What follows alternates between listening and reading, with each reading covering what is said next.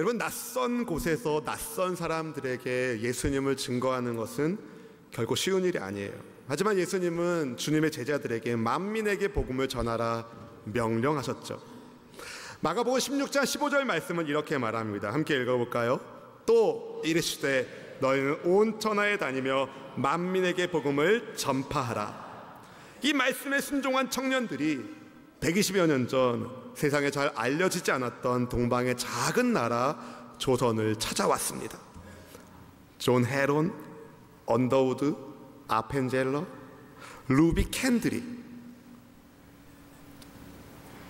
생명을 다해 자기의 젊음을 바친 선교사들의 이름입니다. 그들의 헌신을 하나님이 기쁘게 받으셨고, 그렇게 복음을 증거하는 말씀에 순종한 증인들 때문에 오늘 우리가 생명의 은혜, 복음의 은혜를 누리고 있습니다. 이번에 우리 수원순복음교회 단기 선교팀이 우리보다 앞서 눈물과 땀을 흘리신 한 선교사님의 열매를 보고 왔어요.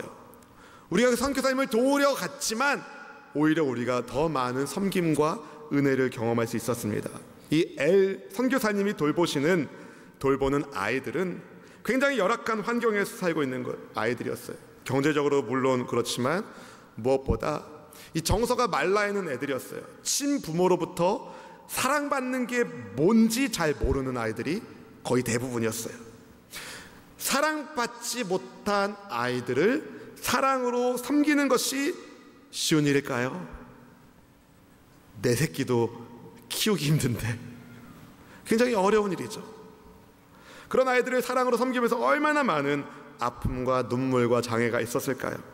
얼마나 힘이 드셨는지 선교사님이 간증하시는데, 한때는 이렇게 잠자리 들었대요. 하나님, 내일 눈 뜨고 싶지 않아요. 하나님, 이대로 날 데려갔으면 좋겠어요. 이런 기도를 할 정도로 그의 마음에 큰 아픔과 어려움이 있었다는 이야기를 들었습니다. 그런데 이전에 한 번도 상상하지 못했던 일이 지금 이루어지고 있다고 간증하셨어요. 앞이 캄캄했던 그 시절의 사진이 하나 보이고, 우리 선교팀이 가서 그 현지 아이들을 도우면서 그 100여 명이 넘는 지체들이 함께 하나님을 찬양하는, 한 번도 꿈꾸지 못했던 그 그림이 두 개가 다 눈앞에 보인다는 간증의 말씀을 들었어요. 이전에 어려웠을 때는 한 번도 상상하지 못했던, 바라보지도 못했던 그 모습을 하나님이 역사하셨다는 것을, 그 선교사님의 간증을 들으면서 저는 하나님께 감사했어요. 여러분, 지금 여러분이 어떤 형편에 살고 계시는지 저는 모르지만 하나님은 다 아세요. 할렐루야. 하나님은 여러분을 다 아세요. 어떤 배경에서, 어떤 가정에서 어떻게 살고 있는지 우리 주님이 다 아세요. 지금의 현실에 넘어지지 마시고 여러분 앞날에 비춰주시는 주님의 은혜를 사모하길 주님의 이름으로 축원합니다. 축원합니다. 믿음의 형제자매 여러분, 하나님의 사랑받는 성도 여러분, 복음을 전하는 것에는 여러 가지 방해가 있습니다. 환경적이든 육체적이든 정서적이든 복음을 증거하는 것은 방해가 있어요. 왜냐하면 세상을 주도하고 싶은 어둠의 세력이 복음을 방해하기 때문에 그렇습니다. 그러나 그 모든 방해, 그 모든 장애를 뛰어넘게 하시는 하나님의 손이 있답니다. 복음을 전하는 것이 때로는 힘들고 어려울지 모르지만 하나님의 은혜는 그 모든 장애를 뛰어넘게 하는 하나님의 은혜인 것이죠. 오늘 본문이 그것을 증거하고 있습니다. 바울 일행이 성령께 순종하여 찾아간 비시디아 안디옥에서 많은 사람들에게 복음을 전했어요. 그래서 많은 사람들이 영접하며 예수님의 제자, 예수님의 사람이 되었습니다. 그렇게 주의 말씀이 두루 퍼지게 되었는데, 복음에 순종하지 않는 어떤 사람들에 의하여 분위기가 바뀐 거예요. 본문의 13장 50절 말씀이 이렇게 말하죠. 함께 읽어볼까요? 이에 유대인들이 경건한 귀보인들과 그 시대 신유덕자들을 선동하여 바울과 바나바를 박해하게 하여 그 지역에서 쫓아내니, 여러분, 복음에 순종하지 않은 유대인들이 어떻게 했답니까? 이방 사람들의 젠타일, 이방 사람들이 복음을 영접하는 것을 막을 권리가 유대인에게는 없었어요. 그래서 그들은 영향력 있는 사람들을 선동해서 바울과 바나바를 쫓아냅니다. 유대교의 호의적인 권력자들의 아내들과 권력자들에게 편견을 심어주어서 바울 일행을 쫓아낸 거예요. 여러분, 쫓겨난 바울의 마음, 바나바의 마음이 어떠했을까요? 안 좋았을까요? 여러분, 인간적인 마음으로는 이를 갈면서 그럴 것 같은데, 오늘 성경에 보니까 이 선교사 일행은요, 그냥 발의 먼지를 털고 그냥 갑니다. 이 발의 티끌을 털어버린다는 것은요, 복음의 메시지를 거부하고 있는 이들이 하나님의 심판 아래 있다는 것을 경고하는 상징적인 행동이었어요. 예수님께서 누가복음 9장 5절에서 이렇게 말씀하시죠. 함께 읽어볼까요? 누구든지 너희를 영접하지 아니하거든 그 성에서 떠날 때에 너희 발에서 먼지를 떨어버려 그들에게 증거를 삼으라 하시니. 아멘. 여러분, 바울 일행은요, 복음을 거절하는 이들에 대한 처분을 그냥 하나님께 맡긴 거예요. 하나님이 일하실 것을 기대하고 하나님께 맡긴 거예요. 그들은 박해 속에서도 평정심을 잃어버리지 않았어요. 오히려 그들의 감정 상태에 대해서 성경이 뭐라고 말합니까? 사도행전 13장 52절 말씀 함께 읽어볼까요? 제자들은 기쁨과 성령이 충만하니라. 아멘. 여러분, 생각해 보세요. 쫓겨났잖아요. 어떻게 기뻐할 수 있습니까? 이게 복음의 능력인 거예요. 삶의 형편 때문에 마음이 흔들리는 것이 아니라 그리스도의 은혜가 중심을 잡고 있기 때문에 기쁨과 성령이 충만했던 제자들처럼, 우리 수원스포크 성도님들도 어떤 환경과 형편 속에서도 기쁨과 성령으로 충만하기를 주님의 이름으로 축원합니다. 축원합니다. 이 비시디 안디옥에서 쫓겨난 바울과 바나바가 동쪽으로 약 140km 정도 떨어진 이고니온에 갑니다. 그리고 그곳에서 뭘 합니까? 거기서도 다시 비시디아 안디옥에서 했던 것처럼 회당에 들어가 선교하기 시작합니다. 복음을 전했습니다. 선교사 일행을 통하여 이고니온의 유대인과 이방인들 중 정말 많은 사람들이 예수님을 영접하게 되었습니다. 사도행전 본문 14장 1절 말씀 같이 읽어볼까요? 이에 이고니온에서 두 사도가 함께 유대인의 회당에 들어가 말하니 유다애와 헬라의 허다한 무리가 믿더라. 아멘. 이렇게 끝 하면 얼마나 좋겠어요. 여기서도 이 비시디아 안디옥에서 일어났던 일과 비슷한 상황이 벌어집니다. 회당 선교를 통해서 많은 사람들이 예수님을 영접하게 되었는데, 복음에 불순종하는, 복음을 반대하는 무리들이 바울이 증거하는 복음에 대해서는 전혀 관심이 없고 그저 말씀에 불순종하는, 반대를 위한 반대만 하는 이들이 그 이방 사람들의 마음을 선동해서 선교사 일행을 향해 나쁜 마음을 먹게 만듭니다. 여러분, 대부분은 아마 여러분에 대해서 나쁜 감정, 나쁜 마음을 먹고 있는 사람과 오래 같이 있고 싶지 않을 겁니다. 혹시 나는 나에 대해서 나쁜 마음을 먹고 있는 사람과 오래 같이 있어도 상관없다. 없잖아요. 이게 사람인 거예요. 그런데 보면 사도행전 14장 3절에서 바울 일행은요, 그들을 환영하지 않는 사람들이 있는 이고니온에서 주목할 만큼 오랫동안 있었다라고 말합니다. 보면 사도행전 14장 3절 말씀 같이 읽어볼까요?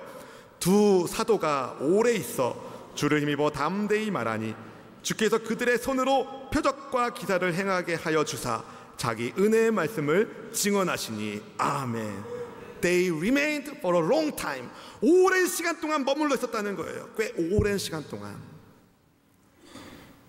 자기들을 환대하지 않는 사람들 틈에 들어가서 선교사 일행이 복음을 증거합니다. 어떻게 해요?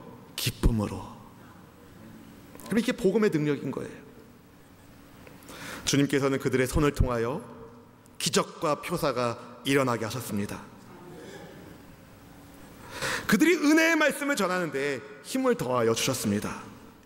오래 머문 것은 선교사 일행이었지만 하나님이 은혜의 말씀을 증언할 수 있도록 길을 열어주셨다는 것이죠. 저는 이 본문을 보면서 하나님께서 믿지 않는 사람들을 위하여 어떤 일을 행하시는지를 다시 보게 되었어요.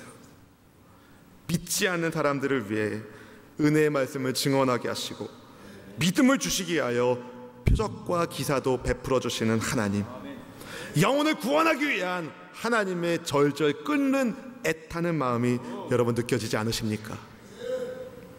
선교사 일행을 통한 하나님의 은혜가 흘러감으로 인하여 이고니온 도시가 두 개로 나누어졌어요. 하나는 복음의 말씀에 감동해서 은혜의 말씀에 감동하고 바울과 바나바의 손을 통해서 펼쳐지는 하나님의 기적, 기사, 표적을 보면서 예수님을 믿게 된 무리가 있었고, 한쪽에는 여전히 복음을 반대하는 무리들이 있었습니다. 근데 상황이 막 급박하게 바뀝니다. 이 힘 있는 사람들, 그 도시의 이고니온의 힘 있는 사람들이 사도들을 죽이는데 적극적으로 동참하는 거예요. 본문 사도행전 14장 5절 말씀 같이 읽어볼까요? 이방인과 유대인과 그 관리들이 두 사도를 모욕하며 돌로 치려고 달려드니.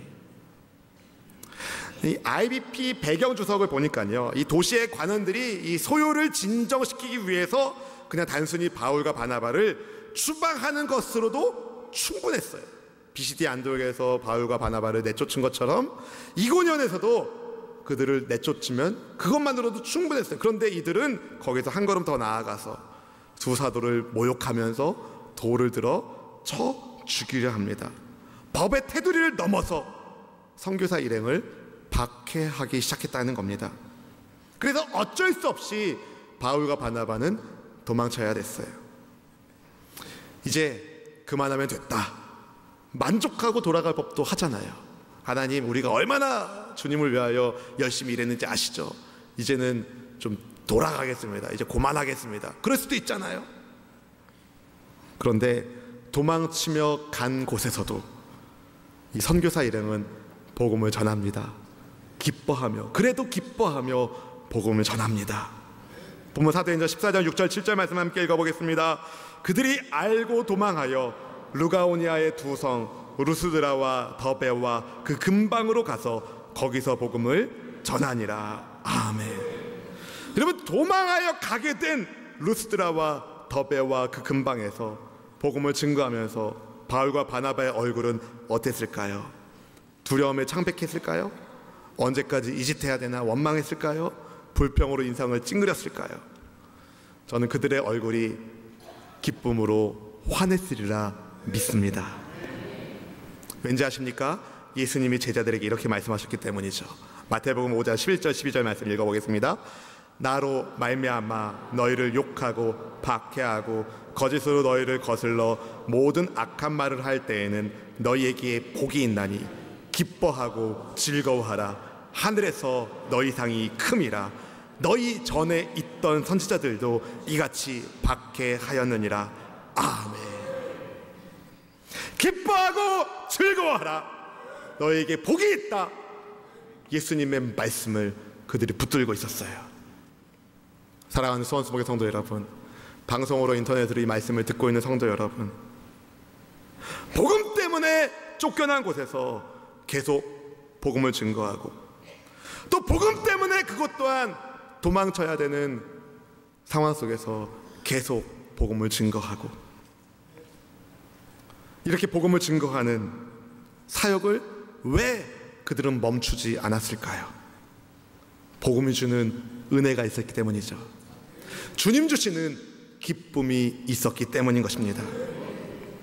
나 같은 것을 쓰시는 하나님의 은혜에 감사하고, 나 같은 것을 변화시키는 복음의 은혜를 힘입었기 때문에 그들은 담대하게 언제 어디서나 예수님의 복음을 전한 것입니다. 여러분, 사도 바울이나 바나바나 무식한 사람이 아니에요. 이 사람들은 꽤 그래도 공부 많이 한 사람들이에요. 환경을 파악하며 여러 가지 상황들을 볼 줄 아는 사람들이었어요. 바울은요, 예수님의 복음을 전하면 자기에게 박해가 있을 것을 모르지 않았어요. 근데 알면서도 복음을 전하는 것이죠. 그 자신 스스로가 한때는 복음을 박해했던 박해자였기 때문에 더 그것을 잘 알았을 겁니다. 예수님의 복음을 싫어하는 사람들이 있다. 자칫 잘못하다가는 예수님의 복음을 싫어하는 사람들을 인하여 복음 전하는 내가 해코지 당할 수도 있다 라는 것을 모르지 않았어요. 그래서 실제로 바울은요, 디모데 후서 3장 11절 12절에서 이렇게 말합니다. 함께 읽어볼까요? 박해를 받음과 고난과 또한 안디옥과 이고니온과 루스드라에서 당한 일과 어떠한 박해를 받은 것을 네가 과연 보고 알았거니와 주께서 이 모든 것 가운데서 나를 건지셨느니라. 무릇 그리스도 예수 안에서 경건하게 살고자 하는 자는 박해를 받으리라. 아멘. 그런 책이 있더라고요. 미움받을 용기. 세상 속에서 그리스도인으로 사는 성도 여러분, 바울은 그가 경건하게 살고자 했기 때문에, 그리스도 예수 안에서 경건하게 살고자 했기 때문에 박해를 받았다라고 말합니다. 몇 주 전 우리 교회 와서 말씀을 증거하셨던 이재용 목사님이 그런 말씀하셨죠. 3가지 십자가가 있다고. 하나는 내가 잘못해서 지는 십자가, 예수님 좌우편에 매달린 강도 같은 사람들이 매달리는 십자가. 하나는 구레네 시몬처럼 억지로 지게 되는 십자가. 또 다른 하나는 예수님처럼 주의 영광을 위하여 지는 십자가. 바울은요, 주의 영광을 위하여 십자가 지는 삶을 선택했어요. 왜냐하면 십자가의 복음이 영혼을 살리는 하나님의 능력인 것을 그가 믿었기 때문입니다. 경건하게 살고자 하는 사람, 예수님을 제대로 믿는 사람은요, 세상에서 욕을 먹습니다. 여러분, 예수님 때문에 욕 먹는 거 두려워하지 마십시오. 한 가지 전제사항은 여러분이 잘못해서 먹는 욕은 들으면 안 되겠죠. 주님의 영광을 위하여 복음을 증거하다가 나쁜 소리를 듣게 된다면 여러분 기뻐하십시오. 하늘에 여러분의 상이 클 것입니다. 예수님을 믿는 성도 여러분, 여러분 정말 예수님을 잘 믿는다면 쉽게 사는 인생이 아니라 의미 있게 사는 인생으로 부름받았음을 잊지 마시기 바랍니다. 의미 있는 인생, 의미 있는 인생. 여러분, 문화생활하는 것처럼 신앙생활하지 마시고 예수님의 증인이 되어야 합니다. 예수님의 사람으로 살아야 합니다. 언제 어디서나 어떤 상황 속에서도 예수님의 사람이 되셔야 합니다. 박해받을 것을 알면서도 복음을 증거한 바울이 무식해서가 아닙니다. 하나님의 은혜가 그를 붙들고 있었기 때문에, 주께서 이 모든 것 가운데서 나와 함께하고 계심을 믿었기 때문에 바울은 그래도 기뻐하며 복음을 전한 것입니다. 바울이 기쁨으로 복음을 증거한 것처럼 저 우리 수원수목의 성도님들도 기쁨으로 복음을 증거하는 증인 되기를 축복합니다. 놀라운 것은요, 복음을 전하고 열매를 맺고 박해받아 쫓겨나고, 다시 복음을 전하고 열매 맺고 박해받아 쫓겨나가고, 다시 복음을 증거하고 열매 맺고 박해받아 쫓겨나고, 이런 일련의 사건들이 계속 반복되면서 어떤 일이 벌어지는지 아십니까? 복음이요, 점점 확장됩니다. 뻗어나갑니다. 저는 그런 질문을 던져봤어요. 우리 교회 성도님들 통해서도 이런 일이 일어나기를 원합니다. 주님, 점점 복음이 확장되는 말씀의 주인공들이 되기를 원합니다. 원하시는 분은 아멘. 그럼 어떻게 하면 바울과 바나바처럼 기뻐하며, 그래도 기뻐하며 복음을 전할 수 있을까요? 2가지 말씀을 드리고자 합니다. 첫 번째는요, 증거하고자 하는 복음의 메시지를 분명히 알아야 돼요. 복음의 메시지를 분명히 알자. 여러분, 복음의 메시지를 명확하게, 클리어하게, 분명하게 알고 계십니까? 예수님을 믿는다고 말하지만 예수님의 복음에 대해서 설명해 보라고 말한다면 생각보다 쭈뼛쭈뼛하는 분이 많다는 얘기를 제가 들은 적이 있어요. 여러분 어떻습니까? 여러분, 복음의 내용을 알지 못하면서 어떻게 기뻐할 수 있나요? 공부하는 학생은요, 자기가 아는 문제가 나오면 기쁩니다. 신납니다. 아, 이거 점수 따는 문제. 아니까 기뻐할 수 있는 거예요. 여러분, 복음을 알아야 됩니다. 복음을 알아야 됩니다. 그래서 복음의 ABC를 준비해 봤어요. 복음의 ABC. 복음을 설명하는 여러 가지 방식과 방법이 있지만 ABC. A. Admit you are a sinner. 인정하라. 당신이 죄인인 것을. A입니다. A. Admit. 인정하라. You are a sinner. 당신이 죄인인 것을. B. Believe Jesus. 예수님을 믿어라. 그분이 십자가에서 우리 죄값을 다 지불하셨음을. Jesus paid for your sins at the cross. 여러분, 예수님께서 여러분의 죄값을 십자가에서 다 지불하셨음을 믿으시길 바랍니다. 그리고 C. confess. 고백하라. Jesus is the Son of God. 예수님이 하나님의 아들 되심을. And commit your life. 헌신하라. 당신의 삶을 to Him. 그분께. 여러분, 이 복음의 ABC는요, 바울이 경험한 사건이었어요. 바울은 한때는 자기가 죄인인 것을 몰랐어요. 오히려 예수님 믿는 사람들을 죄인이라고 착각했어요. 그래서 그런 사람들을, 복음을 증거하는 사람들을 잡아가두는데 앞장섰던 사람이었어요. 그랬던 사울을 다메섹 도상에서 부활의 예수님이 만나주셨어요. 그때 바울이 알았어요. 아, 내가 잘못 생각했구나. 내가 죄인이었구나. 내가 죄인인 것을 인정하게 되었어요. 그리고 예수님께서 십자가 위에서 내 죄 때문에 죽으셨음을 믿게 되었어요. 예수님이 하나님의 아들이심을 고백했어요. 그리고 그의 전생애를 주를 위하여 헌신했어요. 이 복음의 ABC, 여러분에도 있기를 바랍니다. 바울 같은 전임 사역자, 저 같은 목사나 전도사나 선교사만이 아니라 여러분 한 분 한 분이 메시지의 삶을 사셔야 됩니다. 복음의 메시지. 여러분, 메시지가 있는 삶을 사셔야죠. 껍데기 인생이 아니라 여러분의 삶을 관통하는 복음의 메시지, 그 능력을 체험하며 살기를 주님의 이름으로 축원합니다. 복음의 말씀을 분명히 알고 기쁨으로 전하는 여러분을 통해서 많은 사람들이 구원의 주 예수님을 믿기를, 만나기를 주님의 이름으로 축원합니다. 축원합니다. 두 번째는요, 첫 번째가 명확하게 복음의 메시지를 아는 거라면, 두 번째는요, 불냄새 나는 그리스도인이 되어야 되는 거예요. 불냄새 나는 그리스도인.